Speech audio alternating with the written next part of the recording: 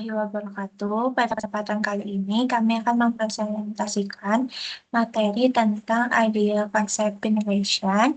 Sebelumnya, izinkan kami memperkenalkan diri terlebih dahulu. Saya Salma Fauzia Koswara. Saya Neska Fazawijaya. Saya Ahmad Pratago Satria. Konsep development, run, and process. Seperti yang terlihat pada diagram, ini menunjukkan alur awal dari pengembangan produk. Proses ini dimulai dari mission statement dan berkembang melalui beberapa tahap. Yang pertama, kita mengidentifikasi kebutuhan pelanggan. Yang kedua, menetapkan spesifikasi target. Yang ketiga, membangkitkan konsep produk. Setelah itu, kita memilih konsep terbaik, menetapkan spesifikasi final, dan merencanakan pengembangan selanjutnya. Selama proses ini, kita juga melakukan analisis ekonomi, benchmarking, produk kompetitor, serta membangun dan menguji model prototipe secara paralel. Produk konsep and concept generation process. Konsep produk adalah deskripsi perkiraan tentang teknologi, prinsip kerja, dan bentuk dari produk yang akan kita kembangkan. Biasanya konsep ini diekspresikan dalam bentuk sketsa atau model 3 dimensi sederhana yang disertai dengan penjelasan singkat serta secara tertulis. Pembangkitan konsep ini relatif murah biayanya dan dapat dilakukan dengan cukup cepat jika dibandingkan dengan proses-proses lainnya dalam pengembangan produk. Inilah mengapa tahap ini sangat penting untuk mengeksplorasi berbagai kemungkinan solusi. Konsep generation proses itu ada 5 tahap utama. Yang pertama, problem atau mengklarifikasi masalah dan mendekomposisinya menjadi sub masalah yang lebih kecil. Kedua, kita melakukan pencarian eksternal dengan mewawancarai lead user, berkonsultasi dengan ahli, mencari paten, literatur, dan melakukan benchmarking. Ketiga, pencarian internal menggunakan pengetahuan tim dan kreativitas melalui metode individual maupun kelompok. Keempat, itu eksplorasi sistematis menggunakan classification tree dan combination table untuk mengorganisir solusi. Dan terakhir, kita merefleksikan hasil dan proses untuk perbaikan keberlanjutan. Clarify the problem, itu tahap pertama adalah klarifikasi masalah. Di tahap ini kita perlu mengembangkan pemahaman untuk menyeluruh dan memecah masalah menjadi beberapa submasalah yang lebih mudah ditangani. Untuk melakukan ini, kita menggunakan 3 sumber informasi utama, mission statement, daftar kebutuhan pelanggan, dan spesifikasi produk awal. Ada 3 cara untuk mendekomposisi masalah. Yang pertama, berdasarkan diagram fungsi. Yang kedua, berdasarkan urutan tindakan pengguna. Yang ketiga, berdasarkan kebutuhan pelanggan. Pemilihan metode ini tergantung pada jenis produk yang akan dikembangkan.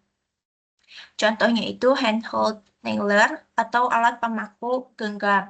Gambar di sebelah kiri itu menunjukkan alatnya, sedangkan diagram di kanan menunjukkan alur kerja alat tersebut. Bagian pertama disebut black box diagram. Di sini kita lihat inputnya ada energi, material yaitu paku, dan sinyal dari alat. Outputnya adalah paku yang tertanam dan energi yang dikeluarkan. Lalu di diagram bawahnya lebih detail. Ini namanya functional decomposition. Dengan cara seperti ini, kita bisa lebih memahami bagaimana alat bekerja dan bagian mana yang bisa kita kembangkan saat membuat konsep baru. Selanjutnya akan dilanjutkan oleh Ahmad Putra. Baik, saya akan melanjutkan penjelasannya. Sekarang itu ada di search externally. Objektifnya itu adalah mencari solusi untuk masalah yang sudah ada ataupun submasalahnya. Dan juga ada metode-metode untuk pencarian eksternalnya. Yang pertama itu adalah wawancara lead users. Lead users sendiri itu adalah user yang sudah lama menggunakan bendanya, produknya, sehingga lead user sendiri dapat memberikan solusi. Terus yang kedua itu adalah konsultasi dengan ahli, yang ketiga adalah mencari paten, yang keempat adalah mencari kajian literatur, dan yang kelima itu adalah benchmarking produk sejenisnya. Untuk selanjutnya, itu ada internal search. Jadi internal search ini dilakukan dengan memanfaatkan pengetahuan dan kreativitas individu atau timnya. Ini juga ini bisa disebut juga sebagai brainstorming. Dan ada juga acuan yang penting saat melakukan internal search, yaitu pertama adalah suspend judgments-nya. Selanjutnya itu adalah kita harus menghasilkan ide sebanyak mungkin. Kita juga harus menerima ide-ide yang mungkin nampak tidak realistis atau tidak visible. Terus yang keempat itu kita harus menggunakan media visual ataupun fisik secara grafik. Boleh lanjut.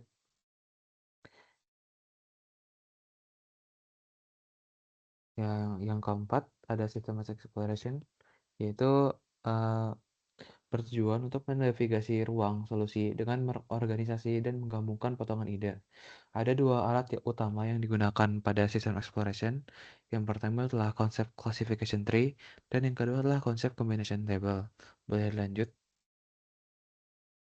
Ini merupakan contoh dari konsep classification tree. Jadi konsep ini membagi ruang solusi ke dalam beberapa kelas yang berbeda untuk mempermudah perbandingan seleksi. Contohnya ada teknologi mouse. Jadi itu dibagi ke mekanik, optik dan laser, dan connectivities. Dan selanjutnya bakal dari mekanik dipecah lagi sehingga yang lebih kecil. Boleh lanjut. Dan ini merupakan contoh dari konsep combination table. Jadi tabel ini digunakan untuk mengkombinasikan berbagai potongan solusi secara sistematis. Jadi contohnya dari mekanik ke kabel lalu ke wireless. Ini merupakan contohnya. Boleh lanjut. Selanjutnya bakal dijelaskan oleh rekan saya. Baik, selanjutnya akan saya lanjutkan. Boleh dilanjut sama? Oke. Saya akan menjelaskan mengenai reflect on the results and the process. Nah, untuk tahapan ini tuh ada terbagi menjadi 5 pertanyaan yang umum digunakan. Yang pertama, apakah tim telah mengembangkan keyakinan bahwa ruang solusi telah dieksplorasi secara sepenuhnya? Kembali dulu. Yang kedua, apakah ada diagram fungsi alternatif yang telah kita buat? Yang ketiga, apakah ada cara alternatif untuk memecahkan atau merumuskan masalah menjadi bagian-bagian yang lebih kecil? Yang keempat, apakah sumber eksternal telah dieksplorasi secara menyeluruh? Dan yang terakhir, apakah ide dari semua orang telah diterima dan diintegrasikan dalam proses? Boleh dilanjut. Untuk selanjutnya adalah idea generation process. Nah, untuk source of idea sendiri itu bisa kita dapatkan dari mana saja ya. Bisa dari internal tim pengembang produknya itu maupun dari eksternal. Contoh dari internal sendiri adalah seperti lead user, yang dimana lead user sendiri akan akan mendapatkan solusi setelah mereka menggunakan produk selama eh, waktu tertentu atau sudah lama dibandingkan dari user yang lain. Nah, kalau dari pihak eksternal, contohnya adalah market need atau kebutuhan pasar, di mana tim pengembangan produk harus menganalisis serta mengimplementasikan dari kebutuhan masyarakat terhadap produk itu seperti apa, agar produk itu sekiranya akan digunakan oleh masyarakat itu sendiri. Selanjutnya ada beberapa metode untuk menggenerasi idea. Yang pertama adalah mengeksplor dari studi-studi yang sudah ada, yang kedua menggunakan fasilitas dari lead user, yang ketiga adalah menggunakan metode kreatif, dan yang keempat adalah aliansi ataupun akuisisi dari lisensi. Untuk flow-nya sendiri, yang pertama itu kita merumuskan konsepnya. Setelah kita merumuskan konsep, kita membuat sebuah prototipe agar kita bisa mengetahui apakah dari konsep tersebut dapat diterapkan kepada produk itu nantinya sebelum kita buat jadi final product. Nah, apabila sekiranya sudah pas dan sudah benar, maka baru kita lanjutkan ke tahap pengembangan produk akan menjadi finished good. Boleh lanjut. Untuk kreatif group method sendiri ada beberapa yang di sini akan kita bahas, yaitu brainstorming, yang dimana brainstorming sendiri merupakan diskusi dua arah, yang dimana orang-orang yang terlibat dalam brainstorming itu memiliki kesempatan yang sama untuk memberikan pendapat, dan dari pendapat-pendapat itu ataupun ide-ide tersebut kita akan mengintegrasikannya lalu menggabungkan dan akan kita implementasikan kepada produk kita nantinya. Boleh dilanjut. Dilanjut lagi aja. Oke, seperti yang sudah dijelaskan oleh ahli bernama Prince, yang dimana semua manusia pada umumnya merupakan pemecah masalah yang kreatif. Nah, dari situ kita tahu bahwa manusia itu memiliki kapasitas untuk berpikir secara kreatif dalam memecahkan masalah. Namun pada kenyataannya terdapat beberapa mental block yang dapat menghalangi dari seorang individu untuk berpikir secara kreatif. Di sini saya akan menjelaskan tidak semuanya, hanya contohnya satu saja, yang dimana being too practical atau terlalu kaku pada aturan. Nah, kenapa hal ini tuh tidak boleh dilakukan ya? Karena kalau kita terlalu taat kepada aturan, bisa jadi itu yang dapat menghalangi ide-ide kreatif kita atau ide-ide liar kita yang sekiranya itu bisa jadi suatu fitur ataupun suatu konsep yang bagus gitu untuk diterapkan kepada produk kita. Gitu. Boleh dilanjut?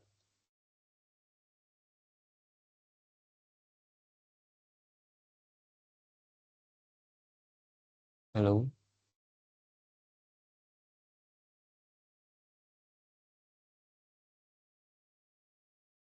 Oke, bakal saya lanjut jelaskan aja, yang dimana di slide selanjutnya itu adalah beberapa mental block dan beberapa cara untuk mengatasinya. Di sini contohnya adalah fear of failure, di mana seorang individu itu takut dengan kegagalan.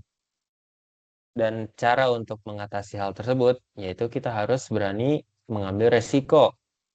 Karena jika kita selalu takut akan kegagalan, maka kita tidak akan step up gitu. Kita bakal di situ-situ terus. Karena kita takut gagal, tidak mau mencoba, dan akhirnya kita nge-stuck. Jadi untuk mengatasinya kita harus berani mengambil resiko karena kita tidak tahu apa yang akan terjadi ke depannya. Boleh dilanjut?